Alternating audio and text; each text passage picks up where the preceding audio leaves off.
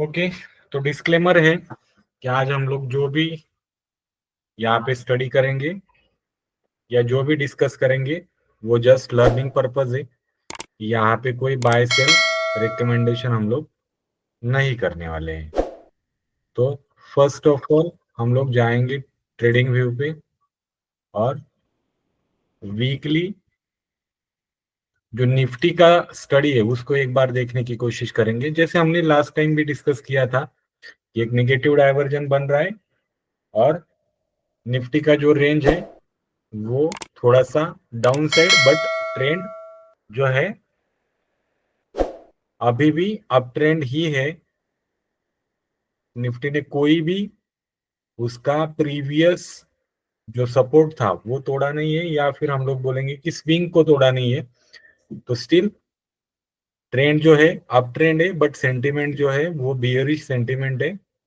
तो next week के लिए निफ्टी क्या कर सकता है या क्या लेवल्स बन सकती है ये एक बार देखेंगे हम लोग।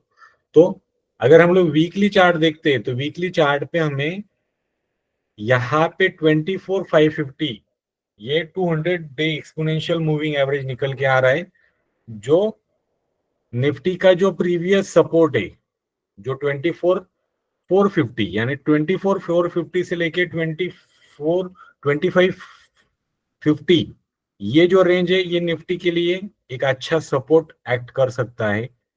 अगर हम लोग डेली चार्ट को देखते हैं तो डेली चार्ट में 24,150 ये हमारा 200 डेज का एक्सपोनेंशियल मूविंग एवरेज है।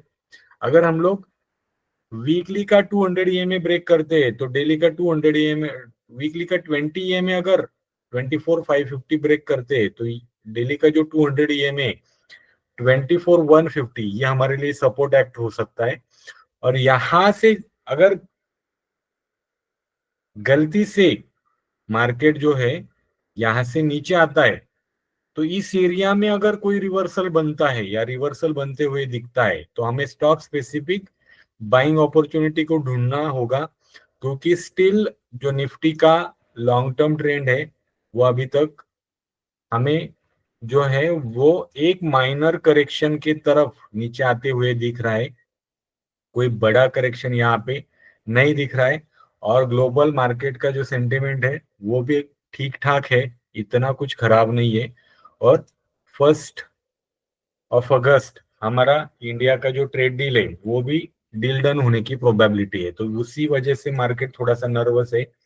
देन फर्स्ट क्वार्टर की अर्निंग्स आ रही है, अर्निंग अच्छी है, बट क्वार्टर में जो भी अर्निंग्स है वहां पे प्रेशराइज होते हुए दिख रहा है। तो यहाँ पे हमें जो है बाय ऑन डिप्स ही अभी तक तो मार्केट में जो स्ट्रेटेजी हम लोग प्ले करेंगे, और स्टॉक स्पेसिफिक हम लोग जब भी निफ्टी में रिवर्सल दिखेगा वहां पे हम लोग देखने की कोशिश करेंगे। तो हमारे लिए बेसिकली यहां से अगर मार्केट टर्न अराउंड होता है तो हमारे लिए एक्चुअली जब ये डेली का 20 डेज एक्सपोनेंशियल मूविंग एवरेज जो 25,150 है इसके ऊपर जब तक क्रॉस नहीं करता है तब तक हमारे लिए जो सेंटिमेंट है ये slightly downward to consolidation mode में ही दिख रहा है। और कंसोलिडेशन का जो एरिया है वो हमें यहाँ पे दिख रहा है कि ऑलमोस्ट 25,100 से लेके 24,450 के आसपास ये कंसोलिडेशन एरिया है जहां पे निफ्टी कंसोलिडेट कर सकता है आने वाले दिनों में। फ्रेश ब्रेकआउट अगर यहां से रिवर्सल होता है आज जहां पे क्लोजिंग हुआ है 24,830 के आसपास, तो यहाँ पे फ्रेश ब्रेकआउट हम लोग तभी मानेंगे जब निफ्टी जो है 25,150 जहां पे डेली का 200 ईएमए है उसके ऊपर जब क्लोजिंग देगा तभी हम लोग इसको एक टर्न अराउंड बुलिश सेंटिमेंट मानेंगे और फिर स्टॉक स्पेसिफिक हम लोग बाइंग करने की कोशिश करेंगे। देन अगर बैंक निफ्टी को देखते हैं तो बैंक निफ्टी में लास्ट टाइम हमने जैसे डिस्कस किया कि बैंक निफ्टी एक राइजिंग वेज में फंसा हुआ है, और यहाँ पे जो है आपको दिख रहा होगा कि 56,100 ये बैंक निफ्टी के लिए बहुत ज्यादा स्ट्रॉन्ग सपोर्ट एक्ट करेगा।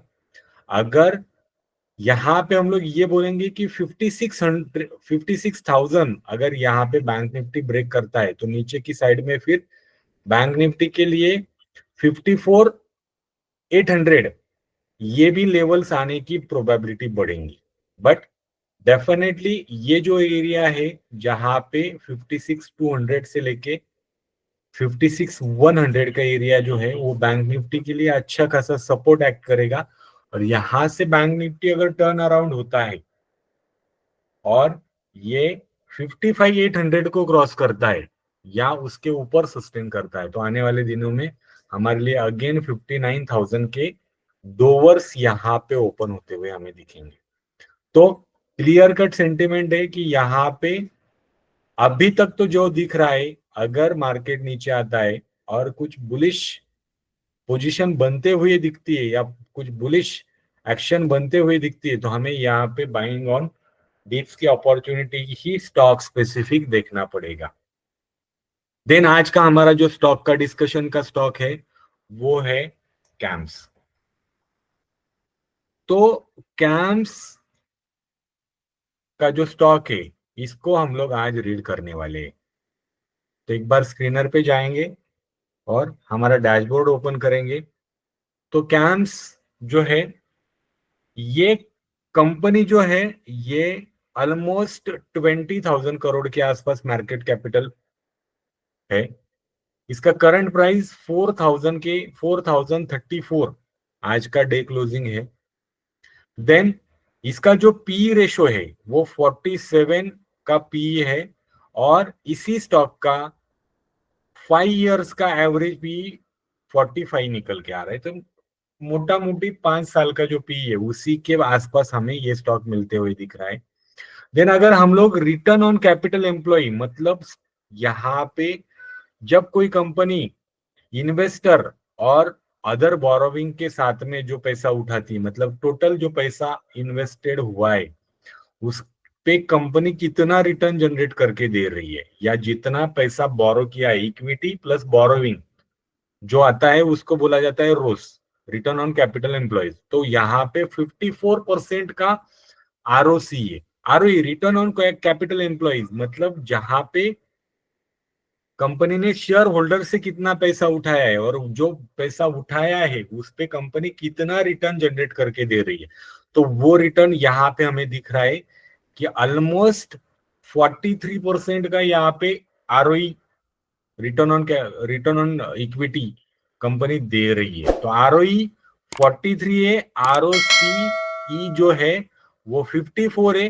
कंपनी का मार्केट कैपिटल जो है वो 20,000 करोड़ के आसपास है और यहाँ पे इसका जो फेस वैल्यू है वो 10 है। मतलब कंपनी ने अभी कहीं पे भी स्प्लिट दिया हुआ नहीं है। तो आगे चल के यहाँ पे आप अगर इन्वेस्ट मतलब ये अगर कंपनी हमें अच्छी लगती है और अगर हम लोग यहाँ पे कोई इन्वेस्टमेंट का प्लान बनाएंगे तो आगे चल के इस पे मल्टीपल फेस वैल्यू के हिसाब से हमें आगे चल के डिविडेंड बोनस और स्प्लिट हमें यहाँ पे मिल सकता है और यहाँ पे स्टॉक्स में हमें एडिशन मिलने की प्रोबेबिलिटी है। देन हम लोग यहाँ पे अगर एक ही ड्रॉबैक यहाँ पे दिख रहा है कि प्राइस टू बुक वैल्यू जो है वो ऑलमोस्ट 19 है जो कि अच्छी खासी महंगी यहाँ पे दिख रही है। अगर हम लोग टॉप लाइन ग्रोथ की बात करते हैं तो कंपनी का 5 साल का जो ग्रोथ था वो 15% से था। देन लास्ट 3 साल का अगर हम लोग इसका सेल्स ग्रोथ देखते हैं तो यहाँ पे 15.6 है और इस ईयर का अगर हम लोग देखते हैं तो ये 19.2 है। इसका मतलब ईयर ऑन ईयर कंपनी का जो टॉप लाइन है यानी सेल्स ग्रोथ है वो बढ़ रहा है। मतलब कंपनी ईयर ऑन ईयर यहाँ पे अपने क्लाइंट्स या अपना जो भी बिजनेस है वो एक्सपांड करने में कामयाब हो रही है और जो सेल्स हो रहा है उसके अगेंस्ट कंपनी की प्रॉफिट ग्रोथ हो रही है क्या। अगर ये देखना है तो यहाँ पे हम लोग देख सकते हैं कि 5 साल का जो प्रॉफिट ग्रोथ है वो 22% है और इसके कंपैरिजन में लास्ट 3 ईयर का सेल्स ग्रोथ ये प्रॉफिट ग्रोथ जो है वो ऑलमोस्ट 15% है और इस ईयर का जो प्रॉफिट ग्रोथ निकल के आ रहा है वो ऑलमोस्ट 29% आ रहा है। तो इसका बॉटम लाइन भी आप अच्छा खासा हमें यहाँ पे देखने के लिए मिल रहा है। अगर हम लोग यहाँ पे देखेंगे कि ये जिस इंडस्ट्री में काम करती है उस इंडस्ट्री का पीई कितना है, तो उस इंडस्ट्री का पीई ही एक्चुअली महंगा है। तो इंडस्ट्री के पीई से ये स्टॉक आज की डेट में हमें थोड़ा सा सस्ता मिलते हुए दिख रहा है। देन कंपनी के पास रिजर्व कितना है, तो कंपनी के पास ऑलमोस्ट 1000 करोड़ का रिजर्व है, जिसके अगेंस्ट कंपनी ने 73,000 करोड़ का यहां पे बोरोविंग या कर्जा लिया हुआ है, कि जो कि ना के बराबर है। अगर हम लोग year on year return on capital employ अगर देखते हैं तो लास्ट 7 ईयर का रोस जो है वो 51% है, लास्ट 5 ईयर का 53% है, एंड दिस ईयर का जो है वो 51% है। मतलब कंसिस्टेंटली कंपनी जितना भी पैसा यहाँ पे लगा हुआ है इन्वेस्टर का या बोरोवर्स का, उस पे ऑलमोस्ट 50% का रिटर्न दे रही है, जो कि बहुत बढ़िया यहाँ पे दिख रहा है। और जिस हिसाब से यहाँ पे इसका करंट रेशो है, मतलब जितनी करंट लायबिलिटीज है उसके अगेंस्ट जो असेट है वो ऑलमोस्ट डबल है। देन कंपनी जो है ऑपरेशन से पैसा बना रही है, कैश फ्रॉम ऑपरेशन पॉजिटिव है, जो कि बहुत अच्छी बात है। हमने जो भी देखा है यहाँ पे कंपनी का साइज छोटा है, तो बढ़ने की प्रोबेबिलिटी या आगे चल के मल्टीबैगर होने की प्रोबेबिलिटी हो सकती है। कंपनी का 5 साल का पीई और प्रेजेंट पी ऑलमोस्ट इक्वल है और इंडस्ट्री से कम है। कंपनी का return on capital employees almost 50% है, रिटर्न ऑन इक्विटी 43-44% है। कंपनी का प्रॉफिट मार्जिन 46% निकल के आ रहा है। इतना अच्छा ग्रोथ, इतना अच्छा रिटर्न, इतना अच्छा ऑपरेटिव प्रॉफिट मार्जिन, कोई डेट नहीं है यहां पे। अगर जो बात खटकने वाली है यहाँ पे प्रमोटर होल्डिंग की बात, कि प्रमोटर्स जो है यहाँ पे प्रमोटर्स काफी कम दिख रही है, कि बिल्कुल ना के बराबर है। बट अगर यहाँ पे आप देखोगे तो यहाँ पे ऑलमोस्ट एफआईआई की जो पोजीशन है वो 52% है, और डीआई की जो पोजीशन है वो कितनी है, 17% है। और लास्ट 3 ईयर में एफआईआई ने 22% का स्टेक बढ़ाया है और डीआई ने 3%, नियर टू बी 2.5 या 2.6% का स्टेक बढ़ाया हुआ है, कि जो भी चीज है वो अच्छी दिख रही है।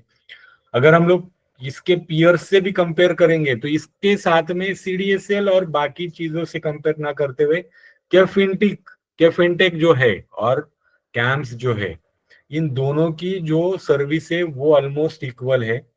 और यहाँ पे अगर आप जाके देखोगे तो क्या के फिनटेक से थोड़ा सा कैम्स का जो फंडामेंटल है वो थोड़ा सा अच्छा खासा दिख रहा है। देन देखो, अगर सेल्स ग्रोथ हम लोग देख रहे हैं तो देखो यहाँ पे 2022 से टॉप लाइन देख रहे होंगे तो कंसिस्टेंटली टॉप लाइन बढ़ रही है। और अगर हम लोग बॉटम लाइन यानी प्रॉफिट को अगर देख रहे हैं तो देखो यहाँ पे ऑपरेटिव प्रॉफिट मार्जिन भी कंसिस्टेंटली यहाँ पे बढ़ते हुए दिख रही है। जस्ट लास्ट क्वार्टर में ये ऑलमोस्ट वहीं पे है, ग्रोथ नहीं दिखाया है। देन अगर यहाँ पे हम लोग देखेंगे तो नेट प्रॉफिट देखो कंसिस्टेंटली नेट प्रॉफिट बढ़ रहा है।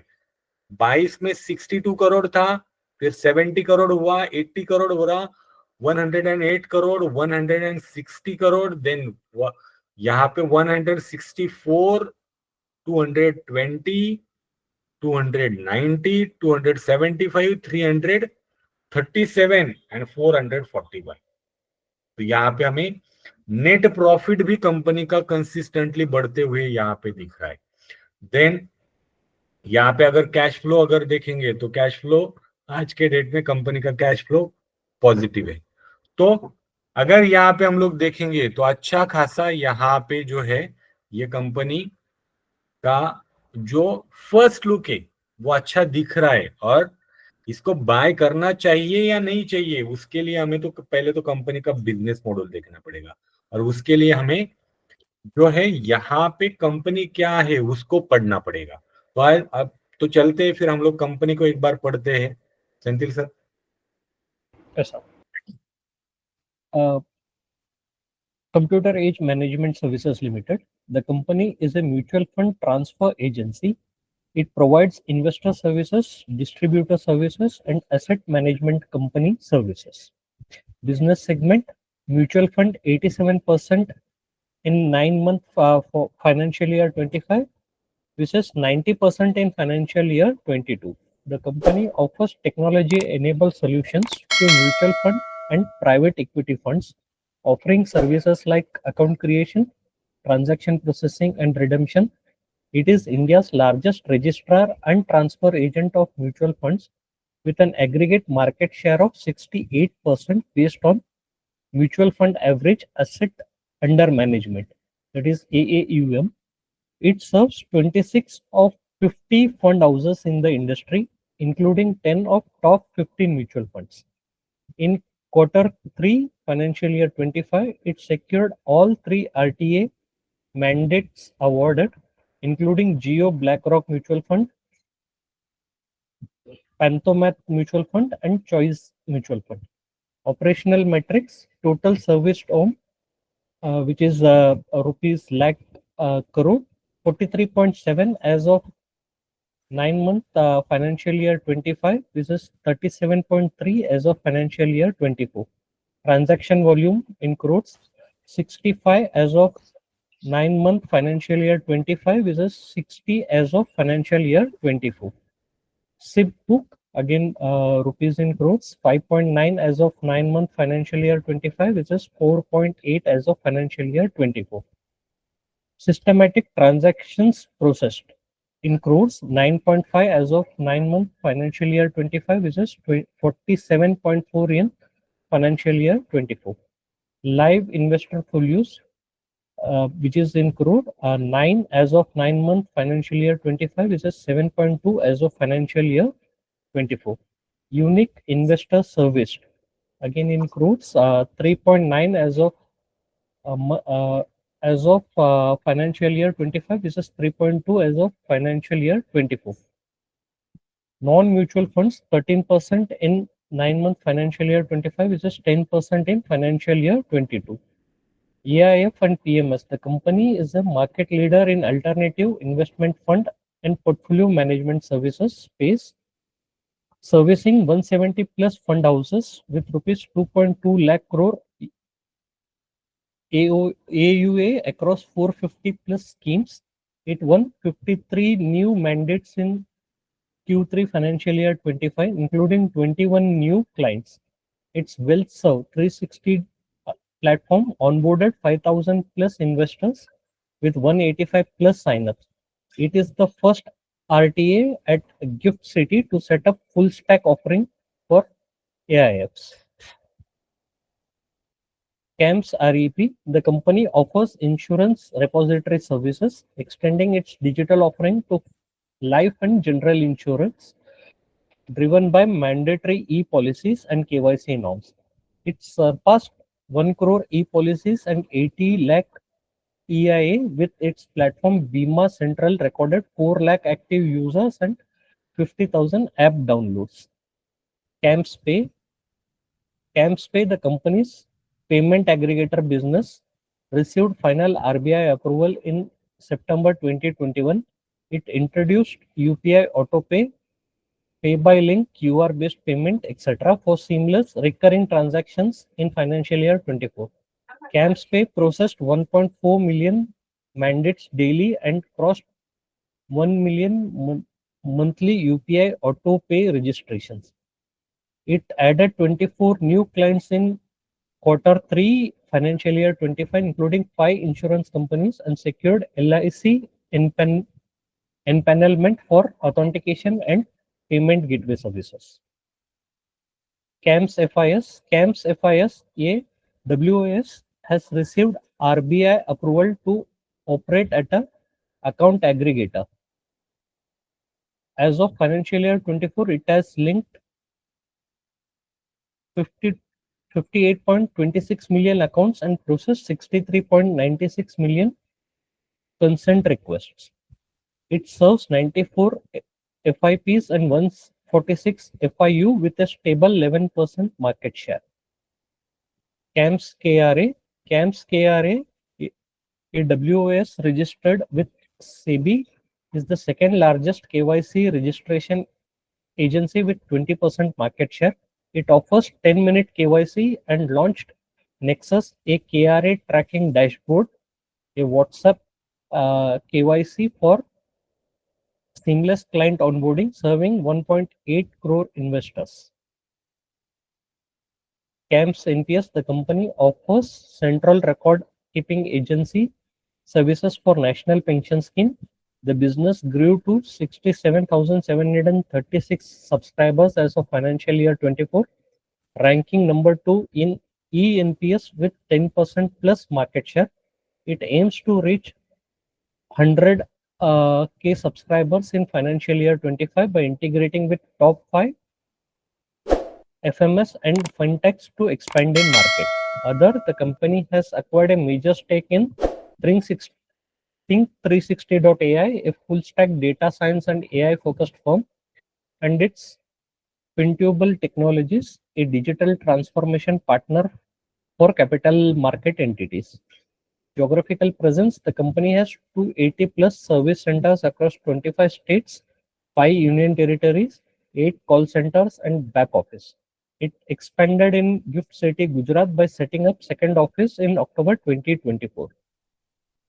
Technology platforms, the company offers digital platforms for mutual funds, AIFs and PMS, including MyCAMS for investors, MF Central for unified services, CAMServe chatbot, and CAMS WealthServe for digital onboarding. It offers business intelligence tools like CAMSmart, MFDex, along with portals for distributors, H360 and corporates, GoCorp, enhancing investor services and operational efficiency. JV. In November 2024, the company entered into a JV agreement with KFintech Technology to operate a mutual fund central platform by investing up to rupees 13.5 crore. Focus, the company aims to grow its non-mutual fund revenue to 20% within 2 to 3 years.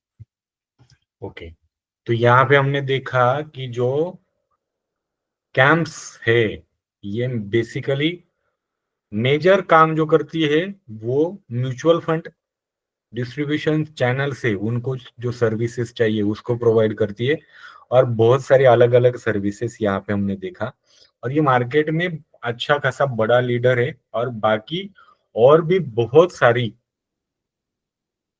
Activities में involve है। तो अगर मुझे लगता है या आपको लगता है कि आगे चल के हमारी म्यूचुअल फंड इंडस्ट्री आज के डेट में जो है उससे ज्यादा बढ़ने की प्रोबेबिलिटी है, और यही ROE, ROC, operative profit margin ये मेंटेन करके चलता है, तो आगे चल के इस कंपनी के इन्वेस्टर को अच्छा खासा बेनिफिट होने की प्रोबेबिलिटी ये सुपरफिशियल रीडिंग से हमें यहाँ पे दिख रही है। यहाँ पे हम लोग कोई बाय सेल रिकमेंडेशन नहीं दे रहे हैं, ये जस्ट लर्निंग पर्पस वीडियो है जहाँ पे हम लोग कंपनी को डिस्कस कर रहे हैं, कंपनी को समझ रहे हैं कि कंपनी क्या कैसे रीड किया जाता है, या कंपनी की बैलेंस शीट हो या कंपनी का जो भी फंडामेंटल है उसको कैसे देखे। तो ये हमने आज इसको देखा। टेक्निकली अगर हम लोग इसको देखने की कोशिश करेंगे तो वीकली चार्ट में यहाँ पे सबसे पहले हम लोग तो यहाँ पे वीकली चार्ट लगाया है, और कंपनी ने वीकली चार्ट में जो फर्स्ट टाइम जो हाई लगाया था 2021 में, यहाँ पे जो हाई था उसके आसपास कंपनी ऊपर जाके जब नीचे आया, और यहाँ पे अगेन यहाँ पे कंपनी यहाँ पे जो है प्राइस उसके ऊपर जो 2021 का हाई था, उसके आसपास कंसोलिडेट होते हुए दिख रही है। उसी एरिया में वीकली 20 EMA है, उसी एरिया में वीकली 50 EMA भी है। और एक पैटर्न अगर देखें तो ये जस्ट कप, अगर थोड़ा सा और डेवलप हो जाएगा तो ये just cup and handle pattern जैसा यहाँ पे हमें बनते हुए दिख रहा है।